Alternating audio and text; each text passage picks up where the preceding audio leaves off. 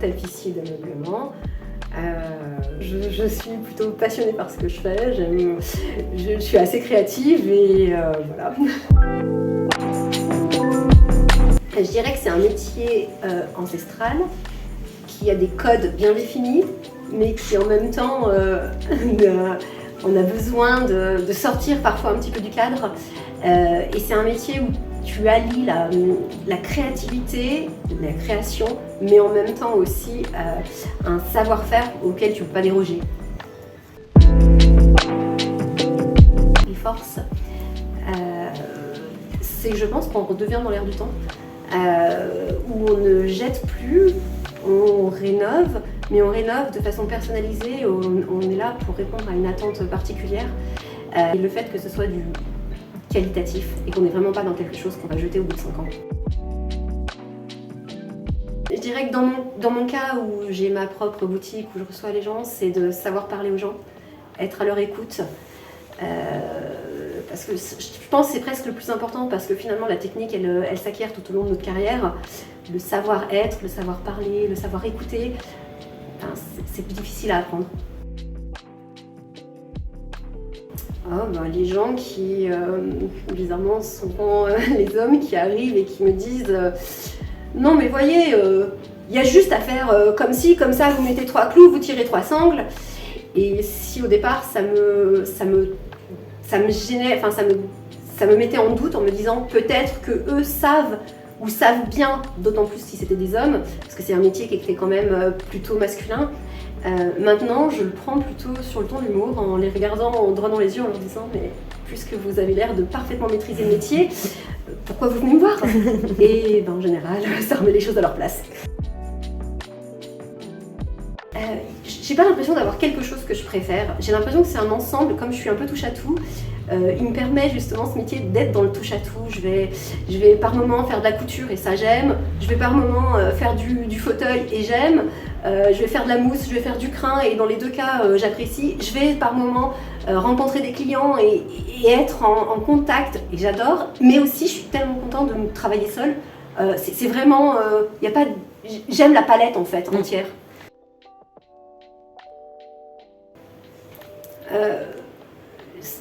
C'est pas forcément les pièces les plus techniques. Alors, en fait, je vais être très fière de quelque chose qui est très technique, où j'y suis parvenue, et je me dis, génial, franchement, j'y suis arrivée. Mais après, il y a les pièces aussi où c'est plutôt de la création, où là, je suis contente d'être... que l'idée ait germé et puis d'être allée au bout de cette pièce. Donc c'est vraiment... c'est très difficile pour moi d'avoir des pièces préférées. En plus, à chaque fois, quand il y a une pièce qui passe dans mes mains, j'ai l'impression d'y mettre un petit peu de moi et donc forcément, elles deviennent chaque fois ma préférée au moment où je les fais. Oui, complètement. D'être artisan, pour moi, ça a une valeur éthique, une valeur qualitative et je le mets en avant. Et puis encore plus avec l'appellation artisan d'art. Vraiment pour moi, je suis fière.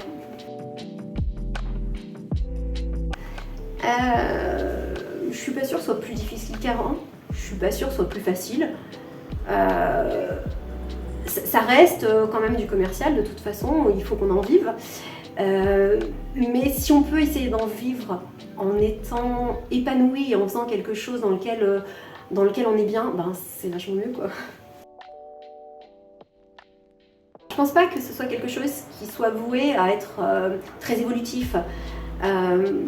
On est sur des choses où c'est quand même très cadré, mais en revanche, moi dans 10 ans, je me vois plutôt avoir touché encore à plein de choses et d'avoir collaboré avec plein de personnes pour faire d'autres choses.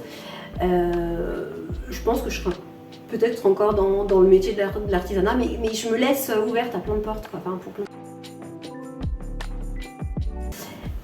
Ce qui m'a donné envie, c'est que j'aimais depuis toute petite créer de mes mains, travailler de mes mains, utiliser mes mains.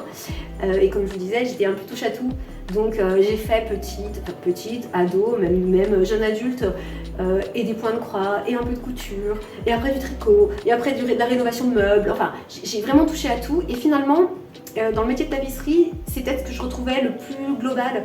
J'avais ce contact avec le tissu, le contact avec la matière. Il y avait la notion de création, la notion de beau, et la notion de rénover. Donc je pense que c'est ça qui m'a attirée, c'est cette globalité en fait.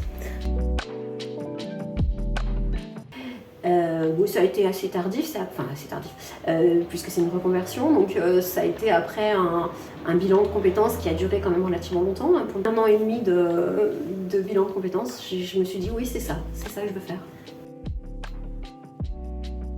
J'étais infirmière. J'ai fait plusieurs choses, j'ai fait de l'hospitalier, j'ai fait du libéral, j'ai fait même infirmière de santé au travail, enfin voilà. Ça a été après un bilan de compétences. Et ensuite, je suis allée au lycée professionnel de la marque, à Rieux-la-Pape, où j'ai passé un CAP en 1 an pour adultes. C'est intense. En peu de temps, il faut qu'on acquiert le maximum de compétences techniques, même des compétences, tout ce qui est histoire de l'art, un peu de dessin, de choses comme ça. C'est intense, mais c'est vachement intéressant, quoi. Je la conseillerais. En revanche, c'est un peu illusoire d'imaginer ressortir et bing, je sais tout faire. À mon avis, il faut se créer un réseau, il faut se créer des liens avec d'autres tapissiers, avec d'autres corps de métier qui vont, eux, avec leur regard, leur expérience, nous aider. On ne peut pas être tout seul, on ne peut pas être artisan et tout seul. Oui, je suis bourrée de doutes. Même encore maintenant, je ne vis pas une journée sans être dans le doute de mes choix, dans le doute de ce que je fais, dans le doute de si je le fais bien. Mais je pense que j'ai un caractère quand je décide quelque chose, j'y vais à fond. Et donc, les doutes, ils sont là, mais il y a des moments où ils m'assaillent et ils m'envahissent. Et il y a des moments où j'arrive à remonter et je me dis, non mais c'est bon, je vais y aller, j'ai confiance. Donc voilà, les doutes font partie de ma vie. C'est très drôle parce que je suis pas du tout, je suis quelqu'un plutôt réservé. Et j'ai réussi à me créer un réseau et très vite de plein de personnes. Et je suis aussi moi-même, je peux être leur aide, mais eux le sont aussi pour moi. Et ça s'est créé très vite et de façon très naturelle, mais parce que j'ai osé montrer qui j'étais, quoi. Finalement, j'étais infirmière libérale, donc j'étais déjà à mon compte. D'accord. Donc c'était une notion de travailler seule, une notion aussi de devoir faire rentrer de l'argent, d'en vivre, que j'avais déjà. La notion de vente s'est rajoutée par-dessus, et c'était peut-être pas le plus simple pour moi, de se vendre quelque part. D'office, de toute façon, je le savais que quand je me formais, je ne pourrais pas être embauchée par un tapissier. Donc je savais qu'il fallait que je crée mon entreprise. Et donc je m'étais préparée. Alors, pour moi, bien vivre, non. Faut être honnête que non. Je n'arrivais encore pas à sortir le SMIC, en fait. En revanche, je vais dire que j'y trouve un équilibre dans le sens où je suis dans quelque chose qui me plaît, je gère mon temps comme je veux. Et forcément, il y a toujours cette notion d'argent qui est là, en suspens, à se dire est-ce que je vais y arriver, est-ce que je vais finir mon année comme il faut, est-ce que je vais finir par être vraiment rentable, est-ce que je vais finir par suffisamment bien gagner ma vie. Moi j'y crois, mais je crois qu'on est aussi plein de freins quand c'est une reconversion, quand c'est un métier de niche, mais je suis persuadée de pouvoir y arriver. C'est plutôt mon côté rénovation. Les gens, je pense, j'en suis même sûre, viennent pour mon travail.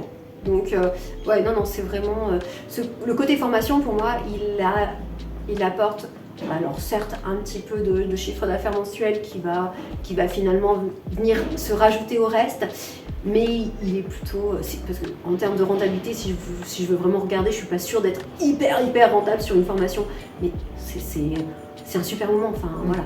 On passe des super journées, et moi qui travaille majoritairement seule, quasiment tout le temps, ben, j'ai plein de monde avec moi et j'adore transmettre, donc forcément, j'aime.